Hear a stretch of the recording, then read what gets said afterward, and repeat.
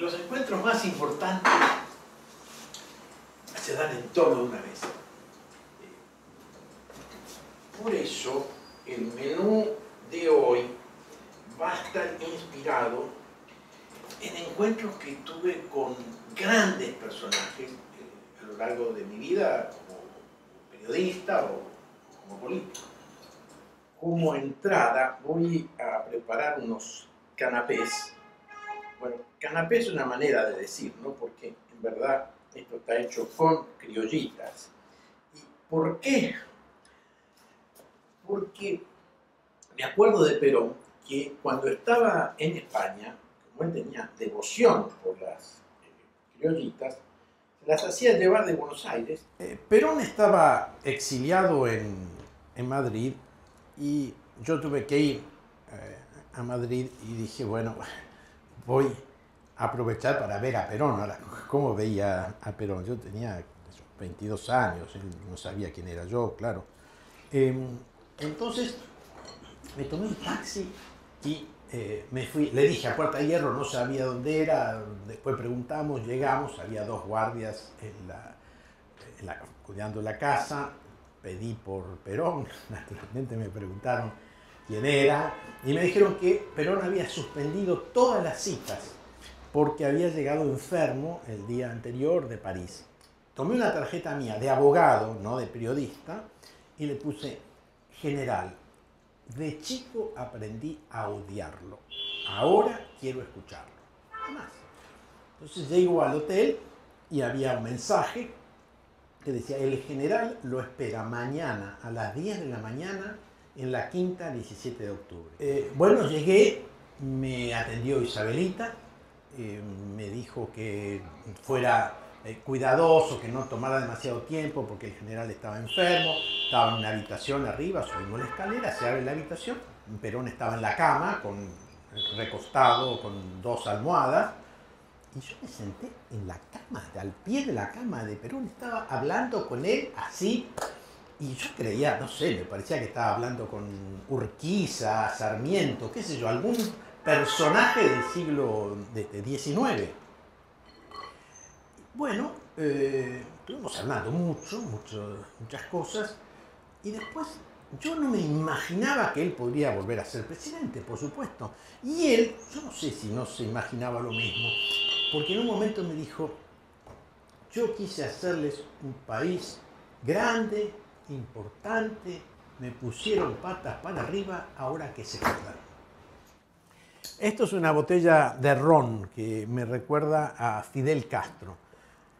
Yo estaba en La Habana, había ido con una carta para Castro de Alfonsín, la hice llegar a la presidencia y me llamaron, estaba en un hotel, me fueron a buscar y me trasladaron a una casa de protocolo.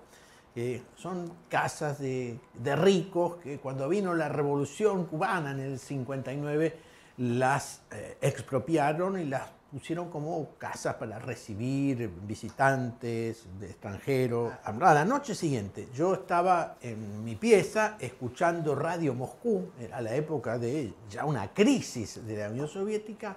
Viene el mayordomo y me dice que Fidel estaba llegando, entonces el comandante me dijo, por supuesto.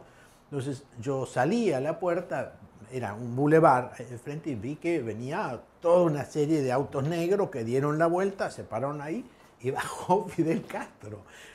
Nos sentamos a la mesa, estuvo 2 horas, estuvimos comiendo, conversando, y en ese momento yo tenía la sensación, bueno, esto se termina, porque si se cae la Unión Soviética, que es el sostén, esto que está ahí frente a Estados Unidos, se tiene que caer.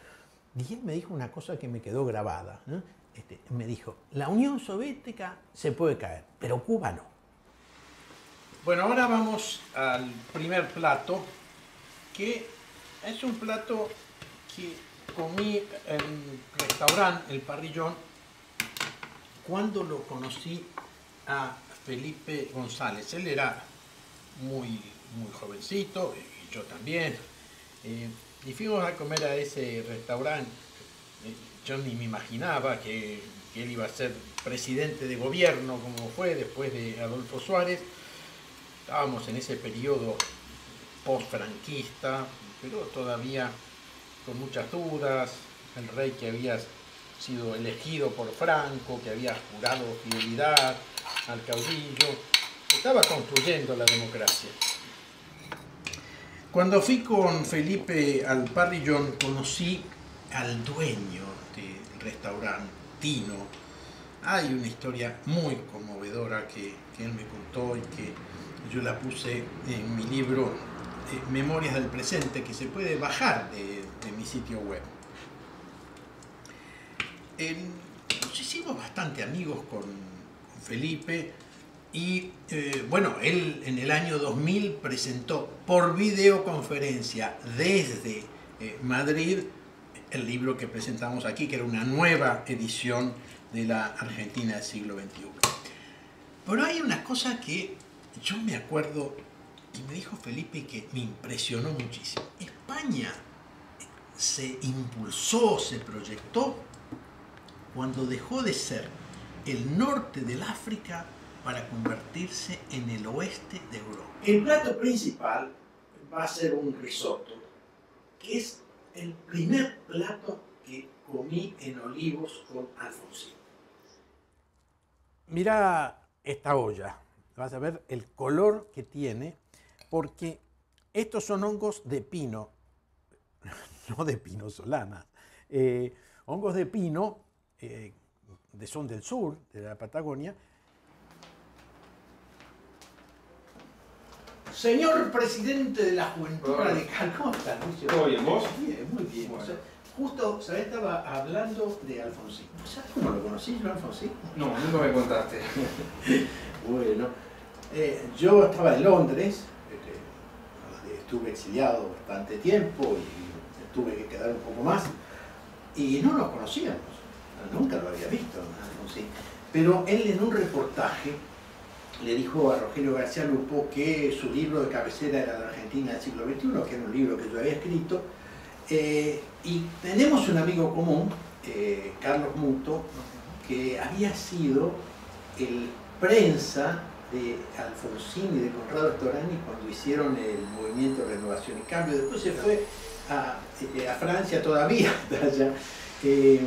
Entonces me llamó a Londres y me dijo, mirá, la semana que viene Alfonsín, que era presidente, en un viaje oficial, ¿por qué no te corres y lo presento? Y así fue, lo presentó en el Hotel Meurice de París. Ahí Alfonsín me dijo que quería que yo me sumara a su gobierno para empezar a hacer las cosas que decía en el libro.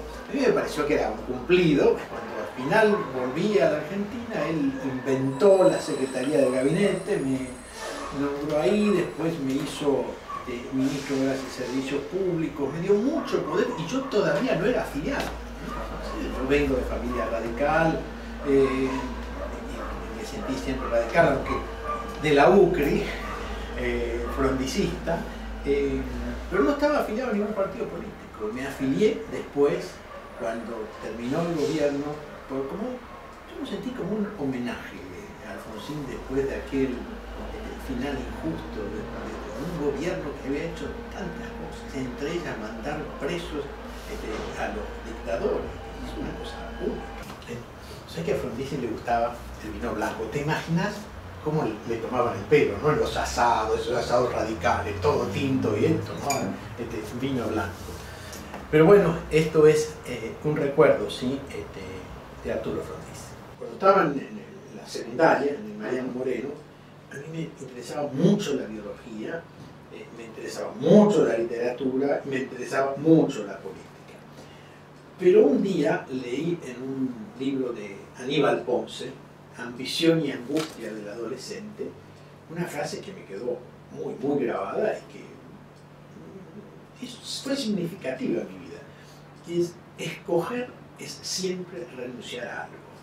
Buena frase. Entonces, digo, voy a hacer política, pero ¿cómo hacer política sin conocer la estructura del Estado? Entonces dije, lo mío es el derecho. Pero entro en la facultad de Derecho al ciclo básico y a los pocos días cae Frondizi. Se me vino todo abajo porque yo quería entrar a la política, a la democracia y otra vez un golpe. ¿Has oído hablar de Víctor? Suena. Fue un gran ministro del Interior, un mendocino muy aguerrido, y él formó el Movimiento Nacional y Combatiente. Entonces yo, que no me acuerdo cómo, encontré la dirección en una parte y fui y le toqué el timbre. Le dije, mire, yo quiero hacer esto, claro. Venía un muchacho, no sé, tendría 18, 19 años. Y bueno, empecé a trabajar con él políticamente sin estar afiliado, y cuando lo trajeron a Frondizi, que estaba recluido en Bariloche, cuando lo liberaron, Víctor no me lo presentó. Y ahí lo conocí a Frondizi, y después él constituyó como, digamos, como si fuera un gabinete. Nos reuníamos todos los miércoles, desde 9 de la mañana a 1 del mediodía en su casa, en Peruti 25, 26, sexto piso. Alejandro, ¿cómo estás? Buenas noches. Muy bien, ¿Qué tal? muy bien, llegaste justo, claro, abrí el vino. Muy bien. Sí, bueno, estábamos haciendo aquí esta comida previa a la elección. Alejandro Betera. ¿De dónde viene? ¿Que es italiano el apellido? Vasco francés. Vasco francés. A ver si me sale esto. Ah, bueno. Si no, vas a hacer un papelón. Bien. Si supiera. Bueno, antes de ir a la mesa, saludar el éxito por el 11 de agosto. Bueno, en este encuentro estamos ahora los tres, pero el 11 vamos a estar todos juntos festejando, ¿no?